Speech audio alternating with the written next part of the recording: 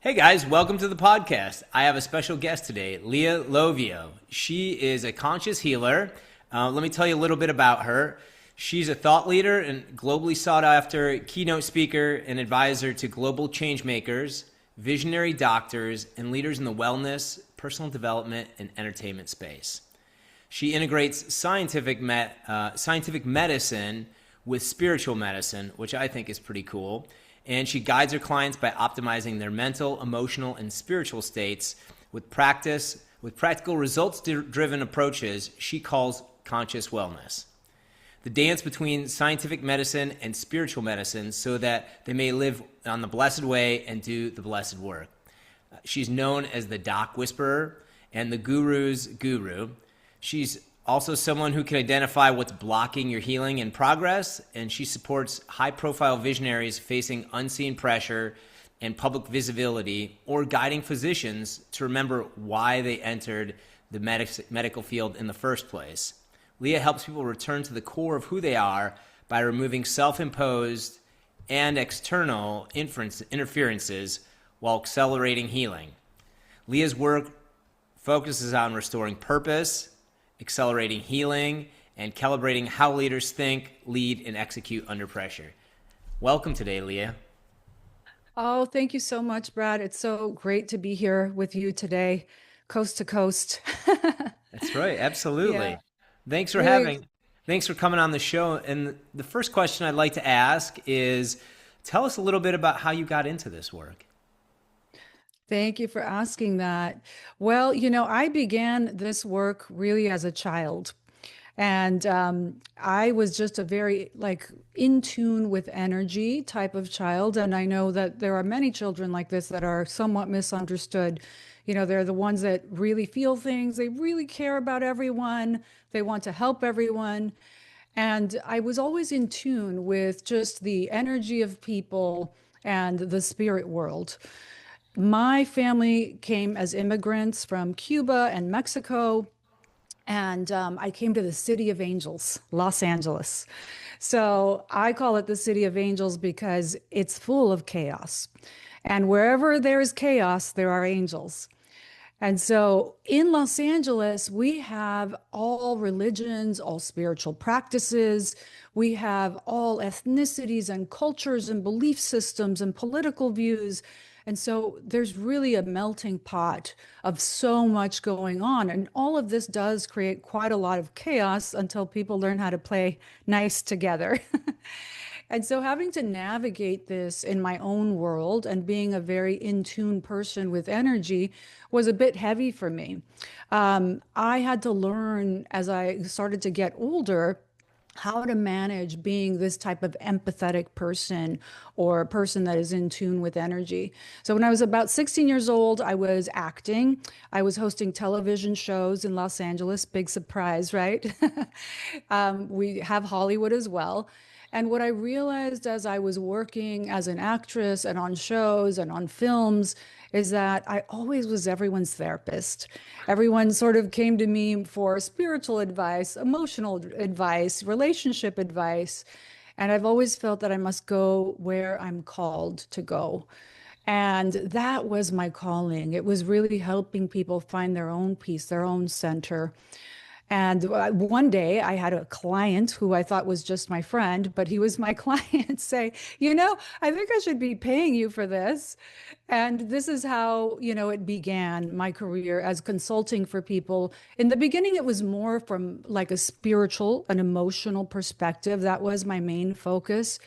And as I started to work more and more with people for several decades, I realized that, if the physical body is not also optimized, it doesn't matter how much work we do mentally, emotionally, and spiritually, even though it's impactful, but it's very difficult to find some peace if your hormones are off, if your brain chemistry is off, if your digestion is off, if you're eating a bunch of toxic food.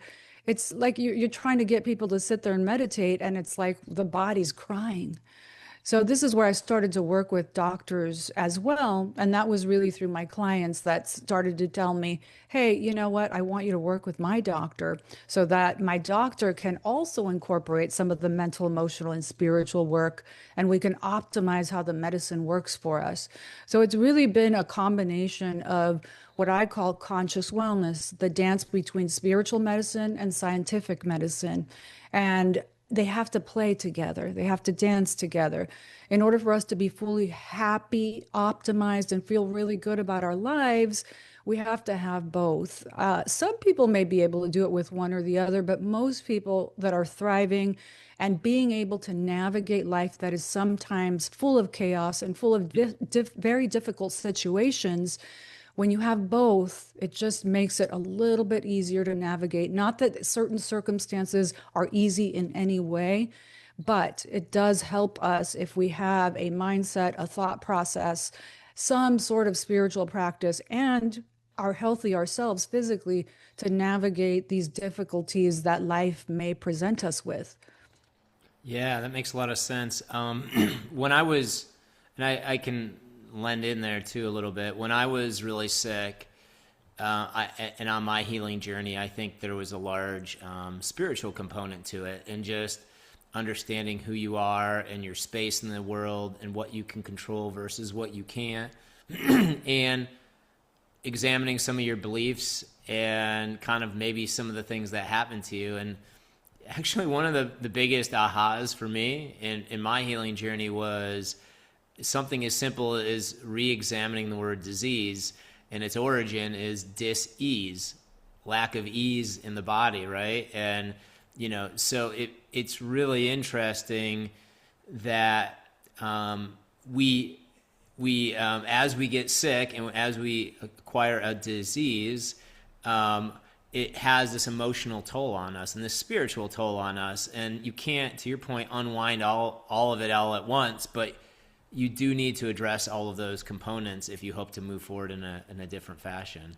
So let me ask you, so was that gentleman you met on the site, was his point that maybe you should do this for pay? Was that a jumping off point, or was there another situation where there was something profound in it for you that made you say, this really is more of my calling?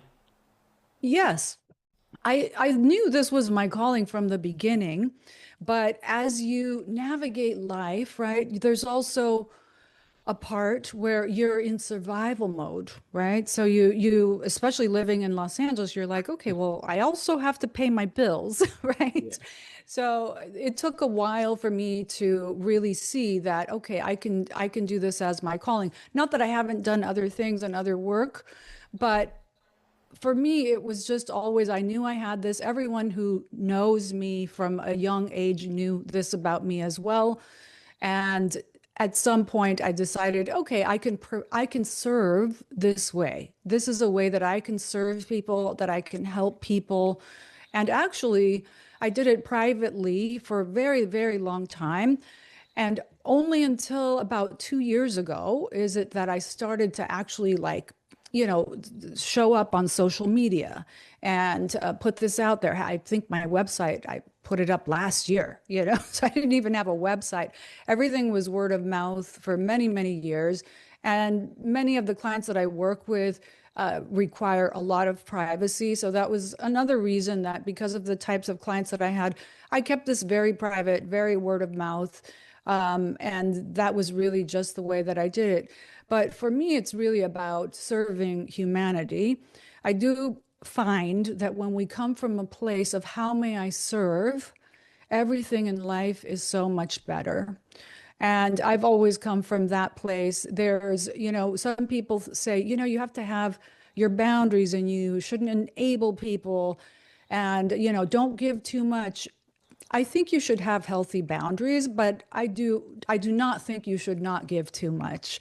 I don't think there's a place where you give too much. Now, if you are hurting yourself, that's a different story.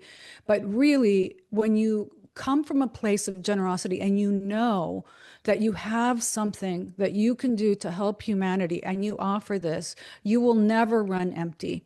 You can continue to give, you can continue to serve. And not all of my clients, like I said from the beginning, I was doing this for many years without being paid to do it because it never even occurred to me to be paid until I later understood that there also are energetic exchanges, right? And so there is a blessing in having an energetic exchange when you are helping people as well. I feel from the healer side, from the one who is giving, it's not really my place or my intention to see how the other person is going to compensate me. My job is to give. And if the compensation comes, great, but it's not just for compensation. For example, if you are serving someone and you give something to someone, sometimes there's absolutely nothing in it for you. And you were just there to be a blessing to that person. But guess what? That person may bring that blessing to someone else. And that sometimes is the exchange. That is the compensation sometimes that you made an imprint, not only in one life, but in many lives. Yeah, there's an old story. I remember this old man trying to get these children to stop making noise in his alleyway. And the way he did it was he first turned it into compensation. He told them if they kept making noise, he'd pay them.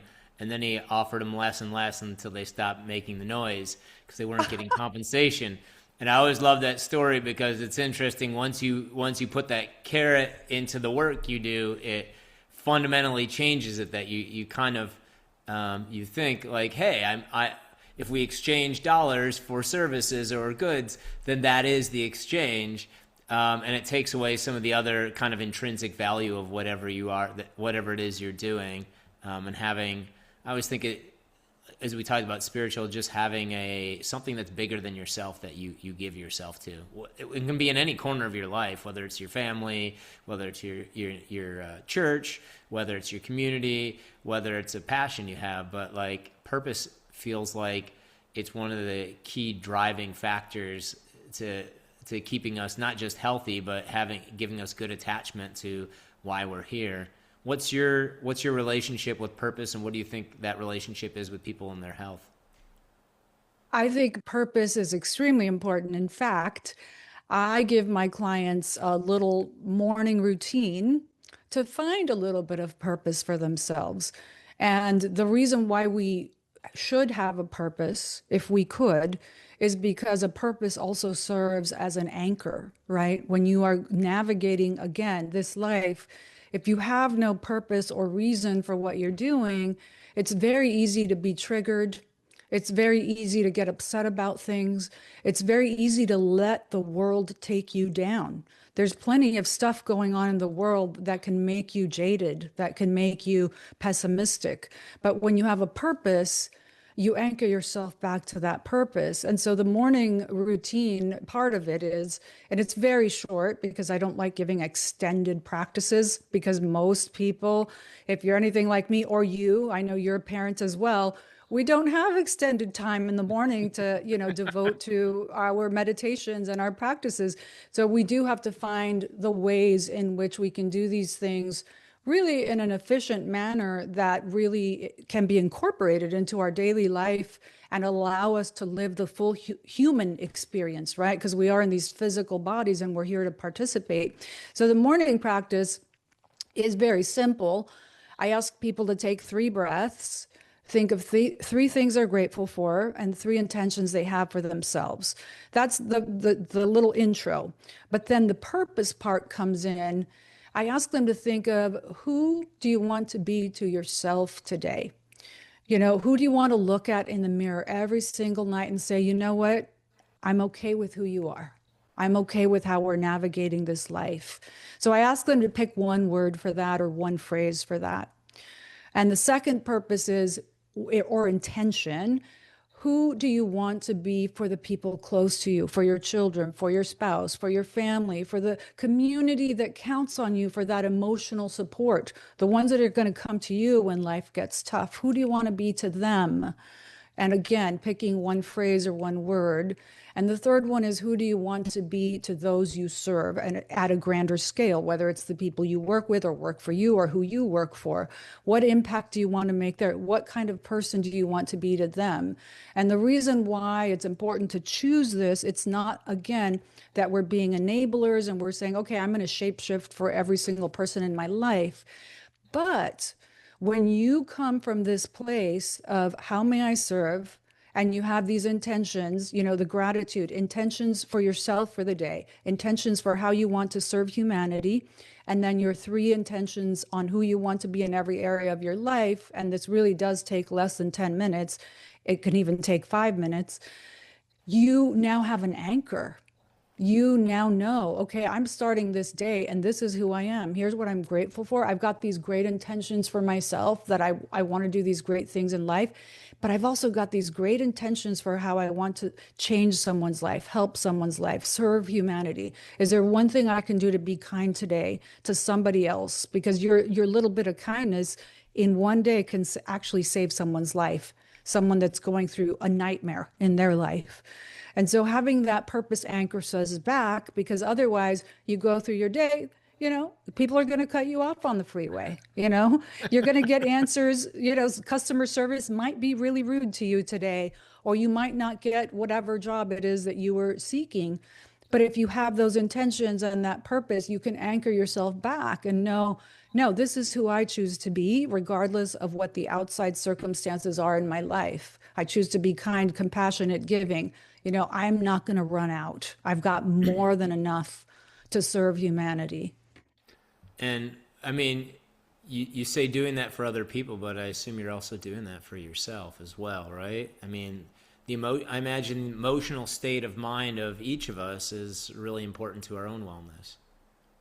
Oh, absolutely. Yeah. So it's also important to your literal physical health and the cells of your body.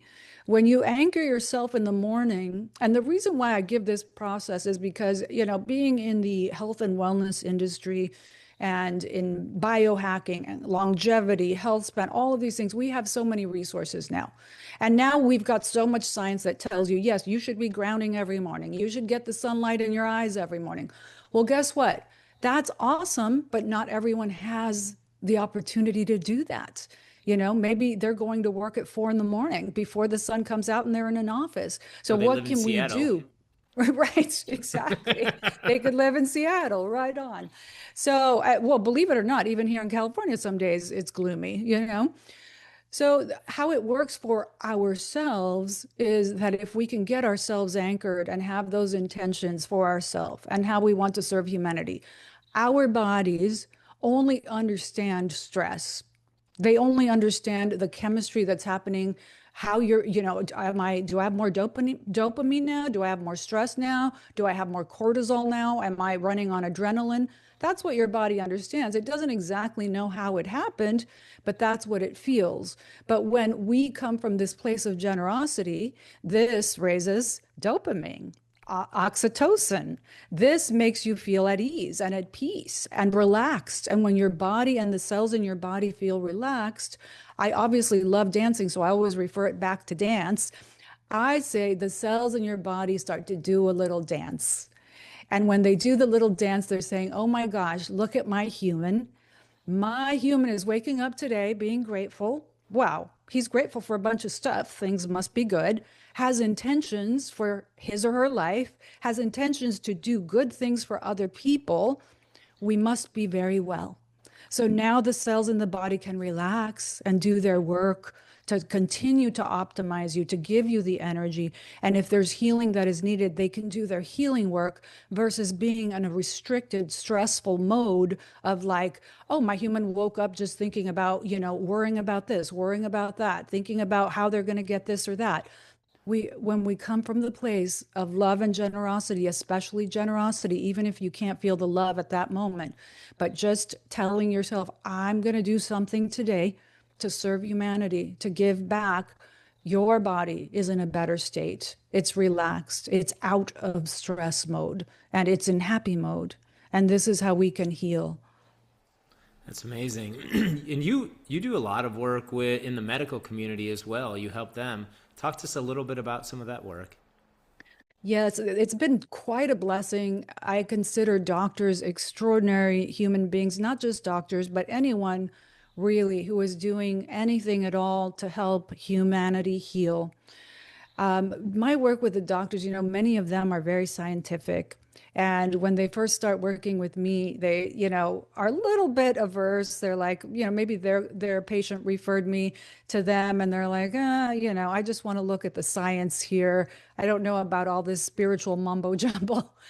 But after a while, they realize, as I work with them, how the doctors, their own thought processes affect patient outcomes. So the work that I do with the doctors and their clinics and their staff is we start to work on how the doctors themselves and the entire staff view the patients and view the work that they are doing. Many doctors have a lot of to contend with, whether it's a doctor or an acupuncturist or a Reiki healer, or a neurologist. You're dealing with a lot of people, you're dealing with a lot of circumstances, you're dealing with finances, you're dealing Yeah. with insurance. There's just a lot to look at there. So it's very easy for them to get, again, disappointed and just frustrated at the entire system. So what we work on is really remembering what is medicine? What is healing? And who are these people in our world today who have decided to bring some healing to the world? So we start by talking about ancient medicine and where did medicine begin and how did healing begin? Well, in ancient times, it was miracles, right? We just had miracle healers. We had shamans and witch doctors and the plant man or the plant medicine woman. That's who we saw. There weren't any books, there wasn't any science, there wasn't any research. People just had tremendous faith. And the healers themselves had tremendous faith. And people knew if I go see this guy or that gal, they're going to just tell me what to do and I'm going to be healed. And those healers had tremendous faith in themselves. They were the masters of their thought processes. They had a clean mind. They were able to remove negativity from their thought processes because you cannot be a clean vessel for healing if you have negativity in your own mind while you're trying to help someone heal. So, one is I remind the doctors and the healers that they are these miracle workers. They just have titles today and they just have research today. But ultimately, every human being that goes to see a healer of some sort is coming with a tremendous hope in their heart. Hey, gosh, if I can see this doctor, this person, this acupuncturist, I hope they're going to be the one that is going to find the solution to my problem. Nobody wants to live in a suffering environment, right? So we're always going to them for a miracle. So when the doctors start to understand this, it really changes how they view their own work. And they start to see the importance of they themselves starting to change their thought processes about the healing process and including about the patient or client. So I know you understand this. One of the most important things in any relationship is trust, right? Yeah. Yep. Yes, we need trust because if you cannot trust the person you're in a relationship Foundation. Yeah. with, it's a very difficult situation. You're always going to be in that stress state. So the same thing happens between doctor, staff, and patient, or healer, staff, and patient. It's the exact same thing. If the doctors or the staff have judgments or negativity or negative thoughts about the patient or client doesn't know why, but they don't trust them. There's just something in them that doesn't totally trust them. And it Yep. can be something as simple as your doctor having an aversion to people who eat pizza, for example. So if you're the patient coming and you've got diabetes, you're not going to tell your doctor that you ate the pizza last weekend because there's something in your mind that knows that he's judging you or she's judging you. And so these again are the things that we work on is how do we create trust within between healer and patient or client? Well, one, we have to start with ourselves. We always have to start with ourselves. Even a lot of the people ask me, well, how do you read energy? on a client or a patient. Well, I can't if I have any judgments about them or criticism about them or what they do for a living. You know, this happens a lot with high profile people, for example. They're humans just like us. They need the same healing, they need the same compassion. And if you get, for example, a politician that comes for a healing to a doctor or a healer of any kind, and the staff or the doctor or the healer have uh, an aversion to what they're doing as a politician in the world, they can't fully serve them because there's a blockage there. So we have to remove, this is the most important thing, is removing the judgments and the criticisms of other humans so that we can better serve. And this is extremely important for anyone who is in the healing modalities. That's interesting. So we have a lot of folks who are dealing with different health conditions in our listener base. For them, what advice would you give them when they go, how do they ferret out like what a good medical provider is for them versus one that's not going to fit with them well? Well, one is obviously, you know, the obvious stuff, right? You need to do your research. If you can get referrals, that's amazing. And then again, you have to follow your intuition. But number one is you have to really want to heal. If, you know, many people live with the label of what's wrong with them. Yeah. And I say this with 100% compassion. This is not a criticism, and it's not their fault. It's just that you see the people that say, well, because, you know, because when I was a kid, I ate Pop Tarts. I did. um, I have this situation, right? Yeah. And so we, again, in order to choose the right practitioner to help us, first you must clear your own thought processes about what you have been and what you think that you are, and then what you think you deserve. You know, there is a lot of blockage in healing because of guilt. Mm. So, for example, many people, maybe things start to go well in their life, things are getting a little better, and then the physical ailments start showing up. It's very, very common because there's a little bit of guilt of, oh, am I allowed to be this well? You Wow. know, am I allowed to have a good relationship, a happy home life, a good job, and be physically optimized and well? So these are the things that one has to look at first is where are you in your healing process? What are you thinking about what you have? Are you being realistic about your healing? One of the things I tell people to do is I don't want you to be realistic about your healing. If people say, oh, that you can't cure that, no, I don't want you to be realistic about it. I want you to do all of your homework and all of your research and do the right things and use the right protocols and strategies. But if you can't believe that the possibility of your healing is there, then you will navigate and continue to attract the wrong practitioners for you that will believe just like you. Like, I don't want to go to any doctor or any of my clients to go to any doctor that's going to say to them, well, we've never been able to heal this before, but we'll try this. No. The same thing with the doctors. I tell them people are coming to you for faith as well, for a miracle. So I say you want to find practitioners and a staff that is optimistic, number one, and that believes in the possibility of you healing.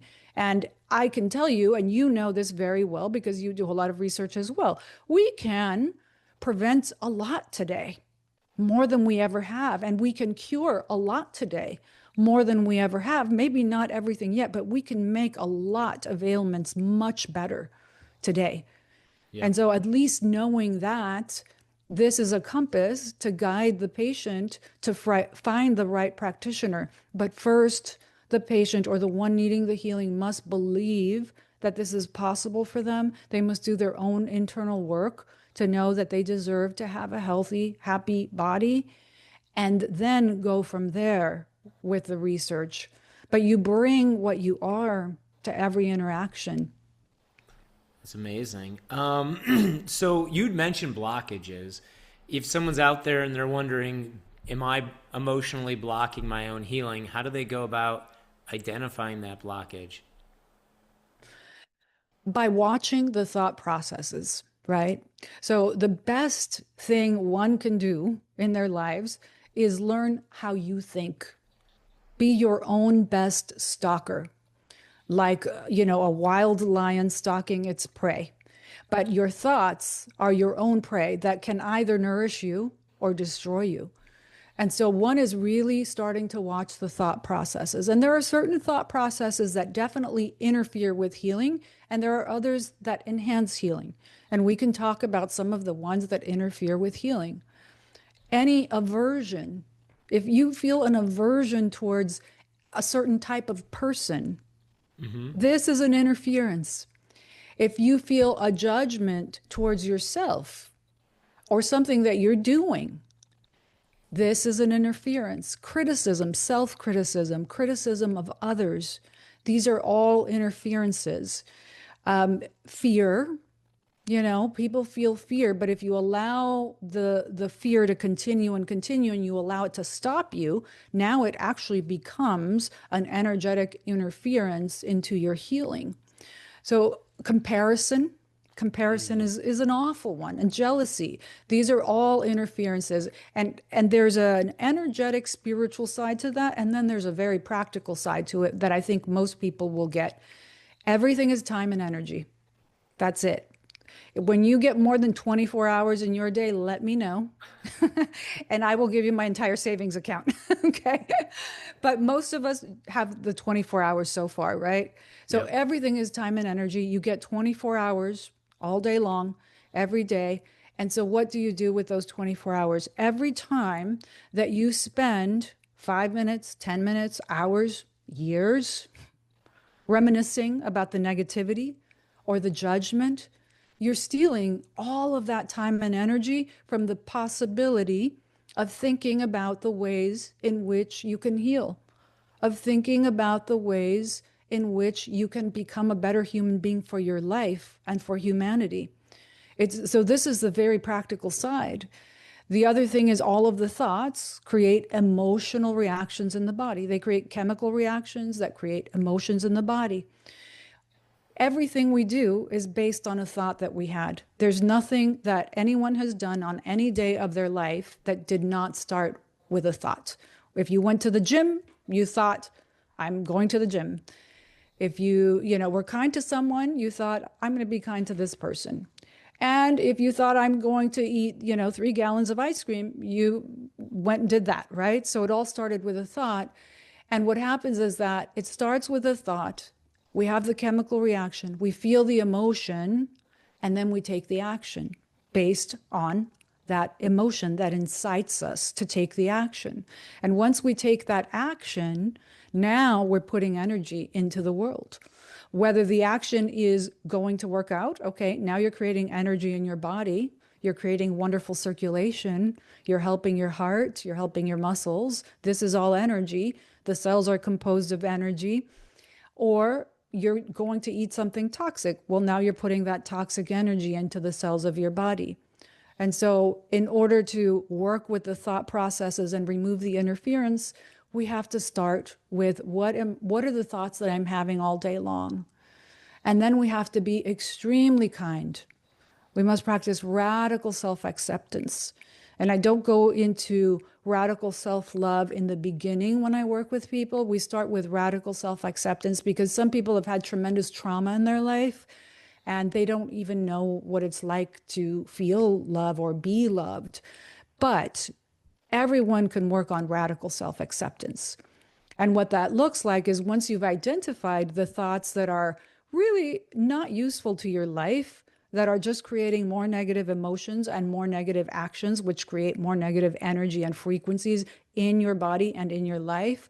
Once you start to notice those thoughts, I tell people you do a simple thing. Every time you notice a self-criticism, you say, cancel, cancel. And yeah, it's very simple. Yeah. Why complicated? It doesn't have to be so complicated. Cancel, cancel, and you say upgrade and update. And you choose the opposite of that thought, something positive. And it is a practice. And this is where the radical self-acceptance has to come in, is to say, maybe you say, that's it, I'm not going to criticize myself anymore. People have so much self-loathing.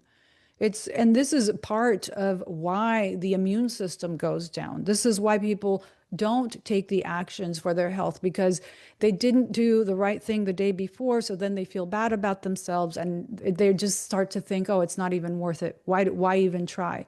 But if we can end each day with, hey, I had these intentions. I slipped, I didn't go to the gym again, or I didn't do this one thing, and say, you know what? I'm going to still try tomorrow. It's okay. I'm just a human. I know I've got stuff I'm working on. I know I've got traumas I'm clearing. Who else is going to do this for you as an adult if you can't do it for yourself? Wow. And there's a magical healing energy that happens with this radical self-acceptance because when you do this for yourself, you start to have deep compassion for other human beings and you see that they're struggling with a lot of this stuff themselves.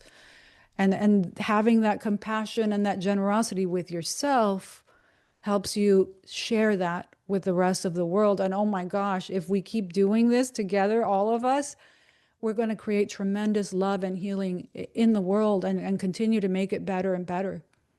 So I have kind of a personal question for you. You're obviously very empathetic. You couldn't do this work without tuning into the way people are and how they're feeling in the moment. How do you protect yourself in that sort of environment from, I would imagine, feeling all these things that people are feeling can be very draining. Yes, it is. It can be. And I had to learn to do that. Yeah, when you are empathetic in the beginning, until you learn, you do take on the suffering of others. And we do a lot of this work with the doctors because the doctors really care and they take home a lot of that. But you don't have to be a doctor or a healer. Just being an empathetic person, you see the suffering of others, and many people take it on. One, if we start from a practical, logical perspective, and then we can move more into the energetic perspectives, is you cannot suffer enough with any human to help them not suffer. Yeah. This is very important and it's so hard. I know it's so hard, especially when we are dealing with people that we love that are suffering. It gets even harder. But the more that we elevate our own energy again and do these practices of radical self-acceptance and being grateful for the opportunity to serve, we transmit that same healing energy to those we are helping. From an energetic perspective, we do physical ritual. You can do all of this in your mind, but your mind is part of your physical body. So many of the things that I ask people to do is, find some music that you enjoy, especially in between interactions with the people that you are serving. Whether you are serving patients or, a family member or a friend, you have to clear that interaction out. And I call it attaching and detaching. So when we are in service to another human being with them, we are attaching to them, whether we know it or not. It's far better to know it because then you will also know that you need to detach. And it's not that you're letting go of the human being and don't care about them, but you are energetically attaching and detaching. So when we are of service, we attach fully to the human being that we are serving at that moment. And yes, we give them 100% everything that we have. But when that interaction ends, whether it's a daily interaction or monthly interaction, we must detach. One is knowing that you have the ability to now detach. And some people like to visualize this almost as hooks, like you're hooking into the person, they've got a hook on you, and then you unhook at the end of the interaction. That's a very simple practice because you can do it anytime, anywhere. No one is going to notice that you're doing a ritual, for example. So that's just in the thought process, of saying, look, I'm attaching to this person now. I'm giving them everything I have. And then now I'm detaching, you're removing those hooks. And whatever you believe in, whether it's the elements, the earth, or you have a spiritual higher power that you believe in, you give that to them or to the earth. A lot of people love to use literally the earth, like the land or the sun, and like just take a deep breath and take some sunshine in through the top of your head and let it wash everything out and detach, and you give it to the earth. I was just in Colombia with the Kogi people, and it was so beautiful because they believe in the earth and they give everything to the earth. If they, it's very sweet what they do. They take a little piece of cotton, and any worries that they have, anything that they feel like they're suffering or wishes, they like blow all of their wishes and all of their suffering into that little piece of cotton, and they plant it like on a tree or the earth. So this is just, another more mystical way, but actually they're alive now and they're living in Colombia and they do this, and it's quite beautiful actually.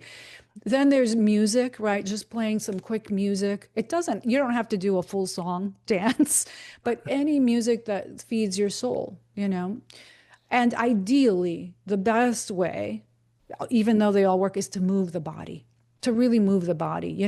Do some bouncing. I love bouncing. I do this all of the time. It just totally changes the energy in your body. If you can dance for 1 minute, that's fantastic. But if you cannot, at least some jumping jacks, some rebounding, but you can jump on the floor, squats, clapping, tapping. I tell people to start tapping from the top of their head all the way down their body, and then kind of doing like dusting off at the end, like you're dusting off. And the reason why this is so important is because if we are here to serve humanity and help others, we must come to each situation full of energy every single day at every interaction. And you can't come in full if those hooks from the other interactions are still in you and weighing you down. And the best way to help others is to come in full of energy and full of compassion and love, but not suffering. Because if we suffer with them, we are adding to their suffering. That's where the energy comes in.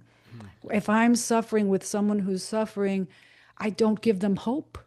I have to model for them hope, compassion, love.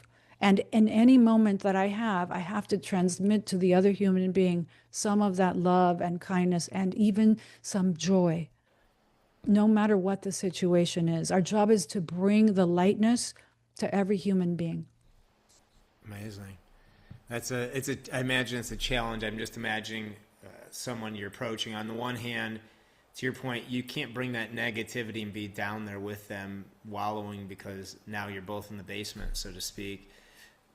But you'll probably also have to kind of modulate yourself so you don't seem like you're almost like ignoring the fact, like you wouldn't want to walk in bouncing into the room with someone who just found out they got cancer, right? Like, right. Absolutely. So how do you, like, I imagine that balancing is probably a challenge, finding the right Yes. level. Yeah, and that's why you have to be able to hold the energy. And again, we go back to the thought processes. If you are able to remove your own judgments, even about what does it mean if somebody has cancer? You were talking about disease earlier, right? And people's thoughts about disease. If you clean your thought processes about this and you come in from a place of hope, obviously you're not going to come in jumping up and down when somebody is going through this. I went through this with both my parents. They both had cancer. One of them made it and the other one did not. And there were two different thought processes in there. But I can tell you, with my own mother, when she was diagnosed, we were not happy about it. But we decided that we were going to get through it. And, we did absolutely everything that needed to be done. But see, if I had let myself go into suffering mode with her through that, I would give her no hope. Right. So Makes a lot of sense. yes, in that case, I said to her, this is something that happened and we're going to get through it. And I knew it in my bones. And this is the same thing that I tell the doctors. You have to know in your bones that you can help someone, in your consciousness. And we do everything. We do everything. It's not just about the spiritual energy. We do all of the sacred medicine, all of the protocols, all of the science. We do all of the things to help cure the dis-ease. But we have to bring our hope to each situation. So it wasn't like a coming in, jumping up and down and saying, ha, it's not going to, do anything. No, it's knowing this is a serious matter, but we have a lot of power and we're going to do everything we need to do to either heal this completely or as as make it less of a suffering as we possibly can, Love it. even in the disease. All right. So last question for you. For our listeners out there, you'd mentioned one practice, which is showing gratitude and intention for the day early on. If there's one or two other practices you would recommend for them to help them with their health and well-being, what would those be? If there was one practice, One or two, yeah. one or two, okay. I would say the most important practice that I have found that really shifts people's lives, and not only in their health and wellness, but in truly optimizing every area of their life and how they live, accomplishing their goals. People talk about manifesting, is really optimizing the thought processes. Really deciding, look, I am going to remove the criticism, the judgment, and the negativity out of my life and out of my thoughts. Become very ambitious. Become the most ambitious person you know about having the best thoughts about everything in your life, about optimizing your thoughts, about optimizing your emotions. Because, we may live a really long time. We have a lot of science and we can live longer and longer and longer. That's wonderful.